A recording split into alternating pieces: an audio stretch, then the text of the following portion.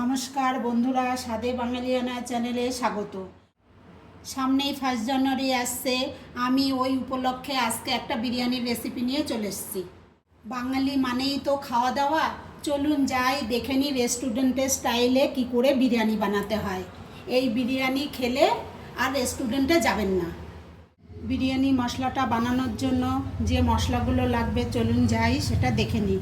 এখানে 1 table spoon ছোটো এলাচ, 1 table spoon shahjeera, 2-3টা জয়িত্রী, 1 table spoon লবঙ্গ, 2টা স্টার অ্যানিস, কাবাব চিনি 1 টেবিল স্পুন। এই বিরিয়ানি মশলার জন্য এটা দিতেই হবে, না হলে টেস্ট আসবে না।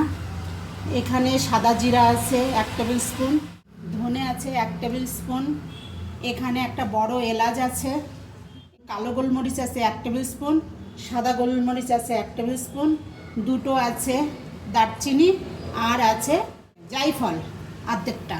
এটা এখন আমি একটা ফ্রাই প্যানে হালকা ভেজে নেব।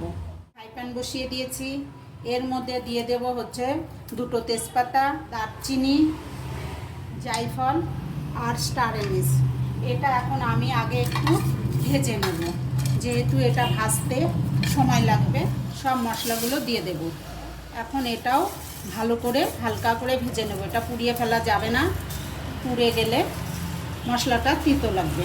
হালকা হিটে এটা ভাজতে হবে। গ্যাসটা কমিয়ে দিয়েছি। এটা আমার এখন ভাজা হয়ে গেছে। এখন এটা আমি ঢেলে ঠান্ডা করে গুঁড়ো করে নেব। বিরিয়ানি মশলা সবসময় বাড়িতে বানিয়ে করলে একদম রেস্টুরেন্টের মতন টেস্ট আসে। মিক্সির জার নিয়ে নিয়েছি। মশলাগুলো এখন ঠান্ডা হয়ে গেছে। এগুলো এর মধ্যে এখন আমি গুঁড়ো করে নেব। মশলাটা গুঁড়ো করা হয়ে গেছে, এখন মিহি গুঁড়ো হবে।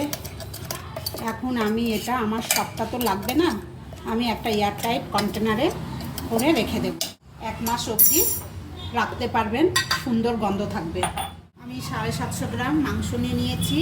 এখন এটা ম্যারিনেট করে নেব। বড় বড় পিস করে নিয়েছি, কেননা বিরিয়ানির জন্য বড় পিসই ভালো লাগে। 1 চামচ লবণ দিয়ে দিলাম, কাশ্মীরি লঙ্কার গুঁড়ো দিয়ে দিলাম 1 চামচ কালারের জন্য, ঝাল লঙ্কার গুঁড়ো দিলাম 1 চামচ, গোলমরিচ গুঁড়ো দিলাম 1/2 চামচ, সাদা তেল দিয়ে দিলাম 2 টেবিল চামচ মতন, যে বিরিয়ানি মশলাটা বানালাম সেটা দিয়ে দিলাম 1 চামচ, আদা বাটা দিলাম 1 চামচ, রসুন 1 চামচ। এখানে 4 চামচ টক দই আছে, জল ঝরিয়ে নিয়েছি। অবশ্যই জল ঝরিয়ে দেবেন, তাহলে জল কাটবে না। ফেটিয়ে এটা দিয়ে দেব।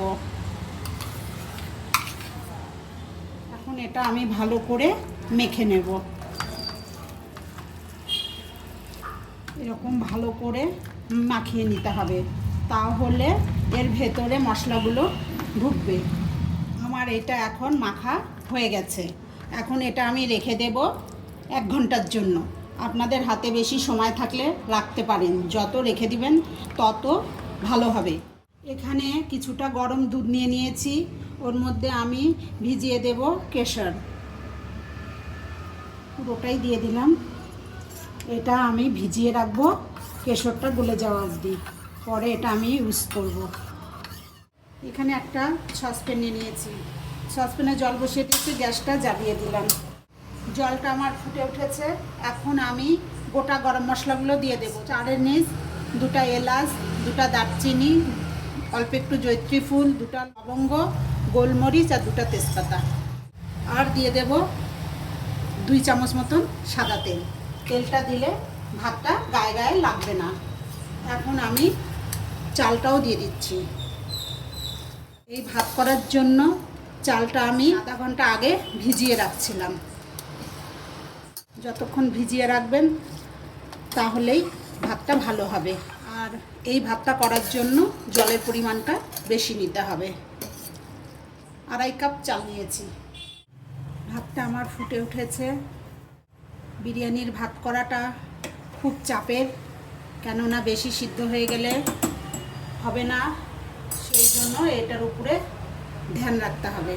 এখন দিয়ে দেব লেবুর রস। একটা লেবুর রস দিয়ে দেব। লেবুর রসটা দিলে ভাতটা সাদা ফটফটা হবে। আরও দেব 2 চামচ লবণ। লবণটা ভাতের সঙ্গে দিলে ভাতটা ভালো লাগে খেতে। একটু কড়া লবণ দিতে হবে, যেহেতু মার ছেঁকে ফেলে দিব।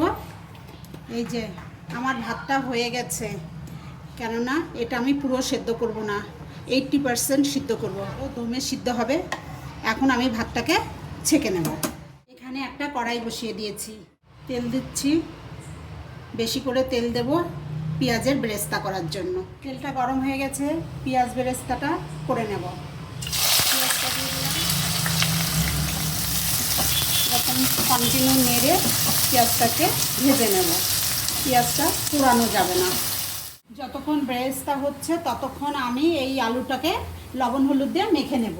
এখানে বড় সাইজের 2টো আলু 4 টুকরা করে নিয়েছি। এখন লবণ দিয়ে আর একটু হলুদ দিয়ে মেখে নেব। আমার পেঁয়াজ বেরেস্তাটা হয়ে গেছে, আর বেশি ভাজবো না, তাহলে পুড়ে যাবে। এখন আমি তুলে নেব। পেঁয়াজ ভাজা তেলের মধ্যেই এখন আমি আলুটাকেও ভেজে নেব। আমার আলুটা ভাজা হয়ে গেছে, এখন এটা একটা বাটিতে তুলে নেব। পেঁয়াজ ভাজা তেলের মধ্যেই দিয়ে দেব ঘি, 3 চামচ ঘি দিয়ে দিলাম। গরম হোক। এখন দিয়ে দেব গোটা গরম মশলা, বড় এলাচ দিলাম, 2টো ছোট এলাচ দেব, 1 টুকরা দারচিনি, 4টা লবঙ্গ। এখন যে মাংসটা ম্যারিনেট করে রাখছিলাম ওটা দিয়ে দেব।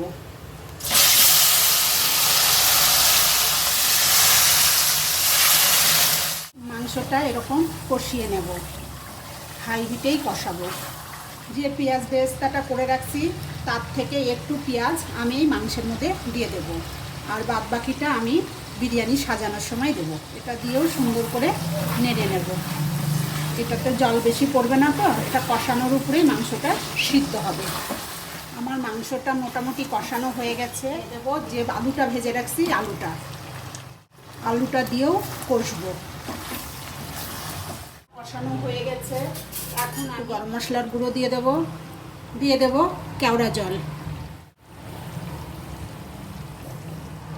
1 চামচ, দিয়ে দেব গোলাপ জল 1 চামচ, আবার নেড়ে দেব। এখন দিয়ে দেব জল, গরম জল দিয়ে দেব একটু, মাংসটা সিদ্ধ হওয়ার জন্য। এখন একটু নেড়ে ঢাকা দিয়ে এটা সিদ্ধ হতে দেব। এইদিকে মাংসটা হতে থাক, আর এই যে পাত্রে আমি দমে দেব সেই পাত্রটা রেডি করে নিই। 1 চামচ ঘি দিয়ে দিলাম, দিয়ে এটা এখন ব্রাশ করে নেব। এখন আমার মাংসটা হয়ে গেছে, এই যে। এখন এটা আমি নামিয়ে একটা পাত্রে ঢেলে নেব, তাহলে আমার সাজাতে সুবিধা হবে। এখন যে পাত্রে আমি বিরিয়ানিটা করব সেটা নিয়ে নিয়েছি। এখন আমি নিচে 1 লেয়ার ভাত দিয়ে দেব, চিকেনগুলা দিয়ে দেব সাজিয়ে। আমি 2টোই লেয়ার দিব, আমার যেহেতু রাইস কম। আলুটাও দিয়ে দেব,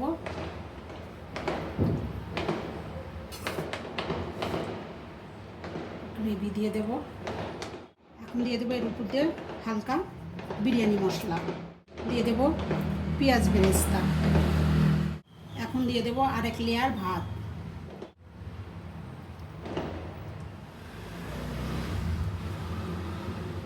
এরকম করে আমি পুরো ভাতটা দিয়ে দিলাম। যেহেতু আমার রাইসটা কম, সেহেতু আমি 2টোই লেয়ার দিলাম। এখন দিয়ে দেব ডিমটা,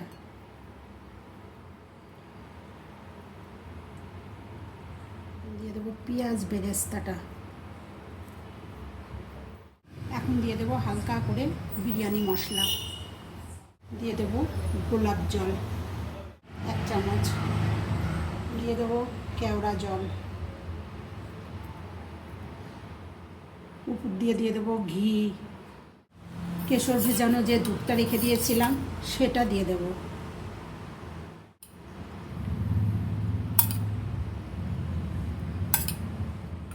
আমার কেশর দুধটা দেওয়া হয়ে গেল। এখন দিয়ে দেবো রেস্টুরেন্টের গন্ধ পাওয়ার জন্য মিঠা আতর 5-6 ফোঁটা দিয়ে দেব, তাহলে একদম রেস্টুরেন্টের মতন লাগবে। অল্পই দেব, যেহেতু এটা ভীষণ গন্ধ। এখন আমি ফয়েল পেপার দিয়ে এটাকে প্যাক করে দেব। আপনারা এখানে আটা দিয়েও করতে পারেন, কিন্তু আটা দেওয়া ঝামেলা, তাই আমি এটা ফয়েল পেপার দিয়ে মুড়ব। আর একটা দিয়ে দেবো।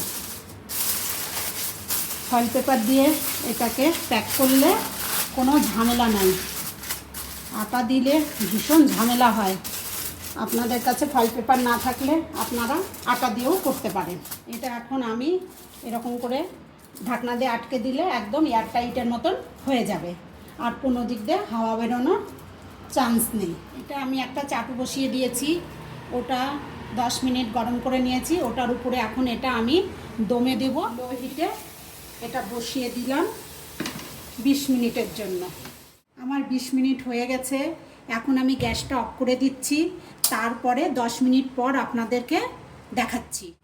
চলুন বন্ধুরা, এটা আমি এখন খুলে আপনাদেরকে দেখাচ্ছি। খুলে দেখানোর পরে একবারে আমি সার্ভিং বলে সার্ভ করে দেখাবো। দেখুন বন্ধুরা, দেখতে কত সুন্দর হয়েছে বিরিয়ানিটা।